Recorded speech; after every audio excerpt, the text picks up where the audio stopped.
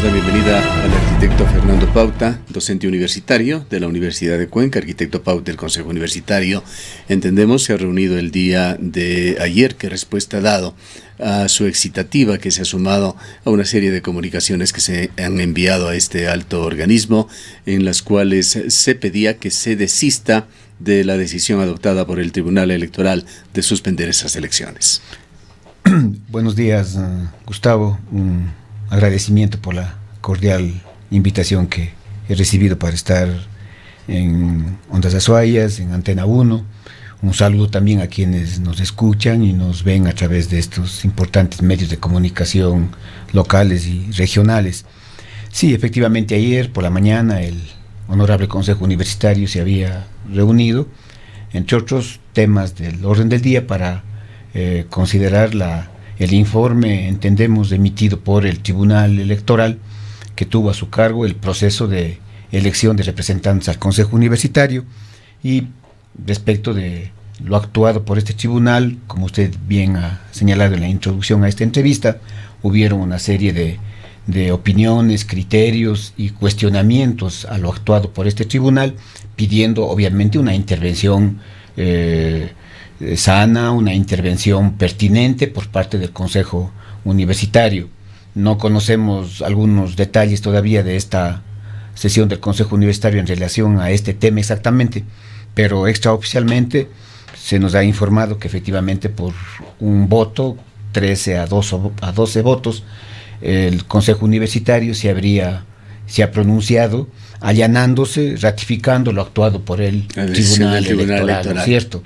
Lo cual, y con el antecedente de que la resolución del Tribunal Electoral de declarar nulo todo el proceso de elección de representantes al Consejo Universitario, sobre la base de un acto doloso, indebido, cometido en favor de una lista, y mientras declaró idóneos a los candidatos de otras listas, realmente no deja de causar absoluta molestia. Para poner en contexto, para quienes no estén al tanto de los antecedentes, de la forma más concreta, ¿qué es lo que sucedió y qué es lo que ha consumado el día de ayer el Consejo Universitario? El Consejo Universitario se ha allanado ha ratificado en buenas cuentas lo resuelto por el Tribunal Electoral.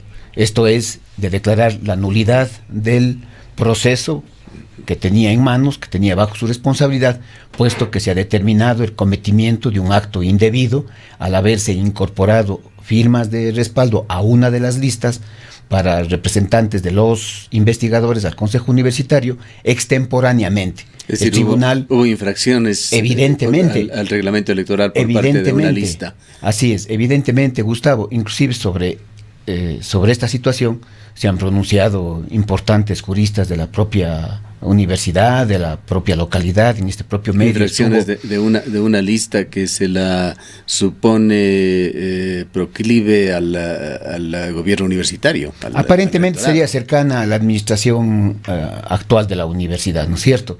Lo que es cuestionable, y efectivamente se ha dicho que es ilegal sobre todo, de que el tribunal, por el cometimiento de esta infracción por parte de una lista, perjudique, suspendiendo y declarando nulo el proceso, perjudique a otras listas que cumplieron efectivamente todos los requisitos reglamentarios, que fueron declarados, sobre todo, Gustavo, idóneos, que adquirieron derechos en el proceso. El tribunal, en vez de anular la inscripción de la lista que incurrió en estos actos indebidos, lo correcto hubiese sido continuar con el proceso, declara nulo todo el proceso. Es decir, se afectan derechos de quienes sí cumplieron correctamente y se da una segunda oportunidad a quienes infringieron. Así es. Entonces no es correcto lo actuado por el tribunal y peor lo hecho por el Consejo Universitario. Esto causa molestia, frustración, indignación, que el Consejo Universitario se haya allanado, haya ratificado lo actuado por el Tribunal Electoral, porque se están lesionando derechos. La universidad tiene que ser, Gustavo, un crisol del ejercicio y respeto a los derechos de profesores, de estudiantes, trabajadores, en fin. El tribunal hablaba en la resolución que se hizo pública de deficiencias en el reglamento y señalaba de que debería reformarse el reglamento. ¿Cómo va esto en cuanto al cronograma, al proceso ahora suspendido? En el fondo, Gustavo, para mí eso es la búsqueda de unos recursos poco serios, poco nobles con la propia institución para justificar la nulidad de todo el proceso. Ya, insisto, podemos hablar con mayor profundidad los temas, inclusive legales, pero sobre eso ya se han pronunciado, insisto, importantes personalidades del mundo jurídico. Y es el mismo reglamento que se ha venido usando por lo menos una década. Así es, porque ese mismo reglamento efectivamente no ha presentado problemas, dificultades en procesos anteriores, en ningún caso, porque también de nuevo, Gustavo, regresamos a aquello que más de una vez hemos conversado aquí, la conducta de las personas frente a las normas, frente a la ley, frente a los reglamentos, a las ordenanzas, a las resoluciones. Inclusive en este propio medio estuvo el doctor Carlos Castro. Todos conocemos, un jurista de alto nivel, se pronunció específicamente sobre este tema, indicando que es un acto ilegal, indebido, lo hecho por el tribunal al haber anulado todo el proceso, perjudicando a quienes actuaron de buena fe, actuaron bien, cumplieron los requisitos, fueron declarados idóneos. Y esto preocupa, insisto, causa indignación, Gustavo, en una altísima proporción de los servidores universitarios, no solo de profesores, sino empleados, trabajadores, estudiantes. Esto crea inestabilidad, zozobra. Inclusive yo creo que estamos ya claro frente a una desconfianza al Consejo Universitario que va creciendo, ¿no es cierto? Y esto se da ya en un año electoral, en prolegómenos a eso iba también, una elección de las máximas autoridades. Sin duda que es un precedente nefasto para el proceso que se avecina, sabiendo que es un proceso trascendente que vamos a vivir. Es necesario que el Consejo Universitario dé plena confianza de que revisará y actualizará el propio reglamento de elecciones, cuidando y protegiendo los más caros y altos intereses democráticos de nuestra universidad. Si no se procede así, van a venir días muy difíciles para la Universidad de Cuenca. No vamos a tolerar que se quiera manipular desde las altas esferas de la administración de la universidad, inclusive desde el propio Consejo Universitario, procesos eleccionarios que deben ser absolutamente rectos, transparentes, que finalmente quienes lleguen a administrar en el próximo periodo la Universidad de Cuenca sean aquellos compañeros o compañeras que efectivamente en un proceso absolutamente transparente logren la mayoría de votos de quienes elegiremos a esas autoridades. Entonces, es un nefasto precedente el que se ha generado, Gustavo, y sin duda, además, vamos a entrar en un proceso, reitero, de zozobra, porque también quienes han sido lesionados en sus derechos van a pedir seguramente, por ejemplo, la reconsideración de lo actuado por el Consejo Universitario. Toma tiempo, ya es un tema que está en la cotidianidad de la vida universitaria, en vez de que estén otros temas de mayor trascendencia, sustantivos de la vida y del desarrollo de nuestra universidad. O también los perjudicados podrán ir ante los jueces a pedir una acción de protección, otra vez más tiempo, más dilatando los procesos. Hay compañeros que estando en este Consejo Universitario ya han cumplido sus periodos para los cuales fueron electos, y podrán decir, yo ya no seguiré asistiendo porque ya se acabó mi periodo. No estarán, entiendo yo, obligados a seguir asistiendo al Consejo Universitario. Ya queda en dificultad la conformación del Consejo Universitario, y de esto tiene una altísima responsabilidad el propio señor rector, de precautelar la conformación plena del Consejo Universitario, porque eso le da la institucionalidad a la universidad, Gustavo. A mí me preocupa seriamente lo que está pasando en la universidad. Note usted que mi comunicación fue por demás respetuosa, ponderada, siempre pensando en que las autoridades del Consejo Universitario... ¿Ha recibido una respuesta usted a su comunicación?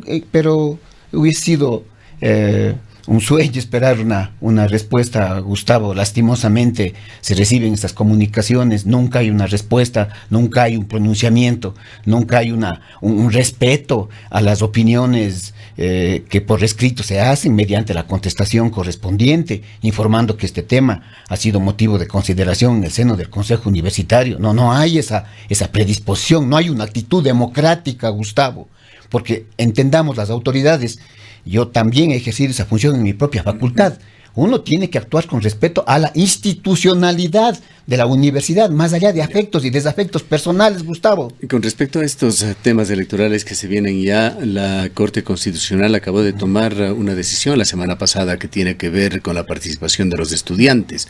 El artículo 57 de la Ley Orgánica de Educación Superior disponía que la votación de estudiantes en la elección de rector y vicerrectores equivaldrá a entre el 10 y el 25% del total de personal académico, y el artículo 60 que la participación de los alumnos en organismos colegiados de cogobierno serán del 25 y 35% del total de personal, salvo rector y vicerrectores. Estos porcentajes habían sido reducidos a través de una reforma de la LOES. La Corte Constitucional ha señalado que esta es ilegal. Así es una muy buena noticia para la democracia de las universidades ecuatorianas, Gustavo, que bien entendidas, que bien manejadas, son sanas, necesarias para darle institucionalidad a la universidad, crear las condiciones necesarias para su desarrollo académico. Ahora los estudiantes podrán tener representantes hasta en el 50% en el seno del Consejo Universitario, y su peso en la votación de autoridades podrá ser equivalente al 50% de la votación de los profesores. Ahora es de esperar que cuando el Consejo Universitario dicte el reglamento para la elección de las autoridades en el mes de enero del próximo año, efectivamente considere estos máximos. Es decir, queda, tal como está la resolución del Tribunal Constitucional, un rango en el cual podrá resolver el Consejo Universitario. Pero nosotros creemos que debe llegarse al máximo de estos porcentajes, esto es, al 50% de la representación estudiantil en comparación con la de los docentes, y en el caso del peso de la votación de los alumnos con respecto a los de los docentes, que igualmente llegue al máximo al 50%. Eso será una demostración de democracia, de darle importancia a quienes son protagonistas también del propio proceso académico, los estudiantes. En un diálogo previo con usted habíamos comentado sobre el estado de situación de la autonomía universitaria, nuestra extrañeza por el silencio total del sistema universitario con respecto a los graves sucesos que se dieron en la UNAE. De la UNAE siguen las novedades, efectivamente se concretaron allí despidos, o como la gran mayoría de profesores en otras universidades, no eres el caso de la UNAE, pero los profesores contratados simplemente no fueron contratados y se separó a un buen número de profesores en esa universidad. Hemos conocido también que se tomaron medidas en las cuales siempre la cuerda se rompe por el lado más flaco. A los profesores se les redujo no el 5% en sus sueldos, sino el 10%. Se había dicho el 5% en esos días. ¿Cómo pueden suceder estos hechos que atentan a los derechos elementales de servidores públicos? Desde todas luces, desde todo punto de vista, Gustavo, absolutamente inconstitucional, indebido, lesionador de derechos, este tipo de actos, ¿no es cierto? Extraño allí que las universidades no digan nada. Así es, a eso iba, Gustavo. Sobre esto tenemos la Asamblea del Sistema de Educación Superior, la ACC, que respecto a estos temas guarda absoluto silencio. Y yo sí digo allí de forma totalmente clara, Gustavo, una complicidad, un silencio cómplice respecto de lo que viene ocurriendo en el sistema de educación superior. Ese organismo, esta asamblea del sistema de educación superior, estaba justamente para efectuar una suerte de vigilancia, de seguimiento del cumplimiento de la ley, del cumplimiento de las normas, el planteamiento de reformas para ir depurando aquello que no le hace bien al sistema de educación superior, aquello que atenta a su autonomía. Nada, absolutamente nada ha cambiado para las universidades públicas, sobre todo, Gustavo, cuando se dio la reforma a la Ley Orgánica de Educación Superior en el año 2018, para nada. Y ahora tenemos que empezar a pensar en una nueva y segunda reforma a la Ley Orgánica de Educación Superior para que efectivamente estos atentados no se consuman, Gustavo. Una crisis en el país que afecta a todos los ámbitos de actividad, y en este caso la educación. Hemos conocido también, y vamos a tener en los próximos días un reportaje sobre este tema, con todo el entusiasmo en el gobierno de Rafael Correa. Se anunciaba y se hacía propaganda de las becas para los estudiantes. Se generó este grupo privilegiado de los graduados de alto rendimiento, quienes se les daba una beca del Estado ecuatoriano para estudiar en las mejores universidades del mundo. Pues este programa ha dejado de funcionar desde los últimos meses del año pasado con la grave consecuencia de que a los recién graduados de hace 2 años se les mantuvo en espera, en dilatorias, en ofertas que nunca se cumplieron. Los estudiantes más brillantes del Ecuador se vieron afectados por esto y no han podido ingresar a la universidad. No lo hicieron por las expectativas que lo generaron y al momento han suspendido este proyecto. ¿Qué está pasando con el sistema universitario de Ecuador que no dice una palabra sobre estos temas? Esta es una decisión directamente de la CNC. Así es, que está, como ya he señalado Gustavo, en una posición cómplice respecto de la restricción de los presupuestos para la educación superior y para la educación en general. Es un discurso, eso de no tocaremos las partidas presupuestarias, no tocaremos los presupuestos para la educación y la salud. En la práctica, Gustavo, efectivamente así ocurre. Empiezan también los sectores tan importantes como los que he comentado a ser motivo de recortes presupuestarios. Esto es una evidencia y efectivamente ya lo conocimos. Jóvenes frustrados. No es exagerado decir, estamos frente a un Estado fracasado, un Estado que no ha podido cumplir sus obligaciones de precautelar condiciones básicas y garantías respecto de la educación y de la salud. Y entonces, lo que acaba de pasar con la propia Universidad Nacional de Educación, un recorte presupuestario brutal del 50%, porque se cree que es una universidad que está en manos del gobierno. Por eso, si es que universidades como ella debe mantenerse en el sistema de educación superior, Gustavo, debe inmediatamente adquirir las condiciones de autonomía del resto de universidades. No podemos permitir que sean universidades del gobierno, pues, en donde empiecen a manifestarse presiones políticas de gobernadores, de autoridades de provincia, manipulando, manoseando a las universidades, aquello que tiene que ser motivo del más absoluto respeto. Y sobre eso, ciertamente, ninguna universidad que yo haya conocido en particular, ningún consejo universitario, Gustavo, se ha pronunciado sobre estas situaciones. Peor el famoso sistema de educación superior constituido en su asamblea. Vamos a ver si es posible escuchar el testimonio de uno de estos graduados de alto rendimiento, estudiante brillante, cuencano, que ha sido una de las víctimas de estos engaños, porque no tiene otro nombre, del gobierno nacional con estos fastuosos programas que no son concretados y que ahora aparentemente han sido suspendidos en forma definitiva. Se les ha tenido además en un vía crucis, anuncios tras anuncios, postergaciones, en total incertidumbre que no les ha permitido siquiera ingresar a una universidad nacional mientras se encontraban a la espera. A ver si podemos tener estos audios al aire.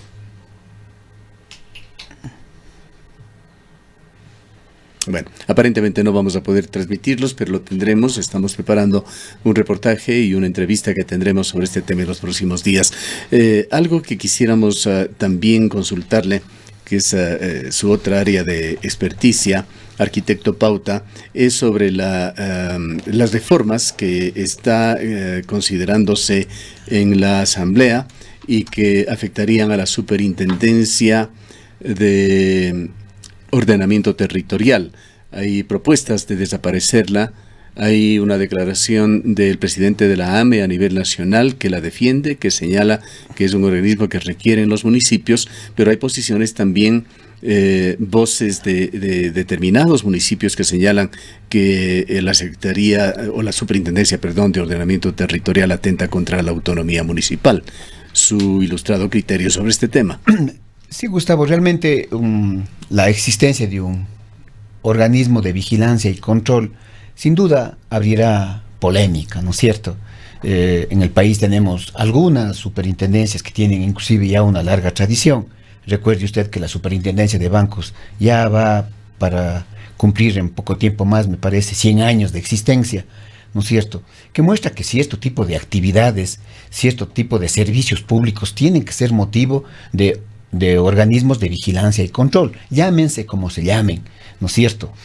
Por ejemplo, la propia prestación de servicios públicos como el agua potable debería ser motivo de un organismo de vigilancia y control para garantizar que ese servicio cumpla, y usted conoce esos temas, cumpla ciertos requisitos técnicos, ciertas normas dictadas por entes nacionales, internacionales, en fin, precautelar la calidad del agua potable. Sin duda tienen que ser motivo de vigilancia y control. En el país no tenemos, por ejemplo, una superintendencia de servicios públicos. En lo que más se hablaba de estos temas de autonomía era en decisiones que puedan tomarse que afecten las decisiones autónomas de los municipios sobre uso de suelo.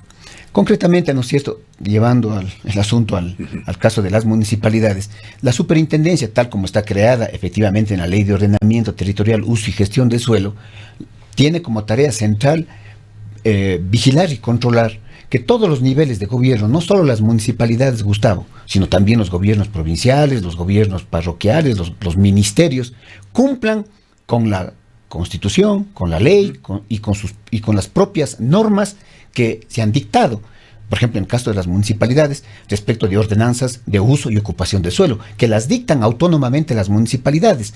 Este organismo de vigilancia y control lo que pretende hacer es vigilar que esas propias normas municipales simplemente se cumplan. Usted diría que no va contra la autonomía, sino para evitar las extralimitaciones que puedan darse, yo creo, Gustavo, en determinados municipios. Así es, que sin embargo la vida pública de las municipalidades nos demuestra que sí han existido excesos en irrespetar a veces las propias normas que se han prodigado a las municipalidades, o el cometimiento de infracciones a las normas por parte de particulares no ha sido motivo de las debidas investigaciones y sanciones. Hay casos emblemáticos en Cuenca, recuerde usted, me quiero solo poner uno, el caso de la Villa Roselena. Se demolió una madrugada, un 1 de mayo. El señor alcalde de esa época dijo en esta radio: llegaremos hasta las últimas consecuencias para dar con los culpables y responsables. ¿En dónde están esas últimas consecuencias, Gustavo? Ni siquiera llegaron las primeras. Pero exactamente, peor las últimas. Entonces, situaciones como estas sí nos preocupan. Más aún, Gustavo, y quiero poner énfasis en esto, de que hoy en día las ciudades van adquiriendo un rol cada vez más protagónico. Ya el 75% de la población del país vive en ciudades, y esa es una tendencia que va en aumento. Entonces, el fenómeno urbano, el hecho urbano, se vuelve mucho más complejo. Global, se requiere, exactamente, se requiere que exista un organismo de vigilancia y control. Puede ser que no se llame superintendencia. Si es que mañana la propia Contraloría General del Estado puede asumir esas tareas, estaría muy bien, pero requerimos de un organismo de vigilancia y control para que no se cometan excesos, no se cometan, inclusive, Gustavo, en muchas municipalidades de este país, verdaderos atentados al medio físico natural, verdaderos atentados al paisaje de las ciudades, agresiones muchas veces que esconden clarísimos intereses inmobiliarios, apetitos económicos desmedidos y autoridades que muchas veces se prestan para el cometimiento de este tipo de abusos. Bien. Gracias, arquitecto Pauta, por su Gracias, presencia. Sabemos que Gustavo. tiene usted algún compromiso por cumplir.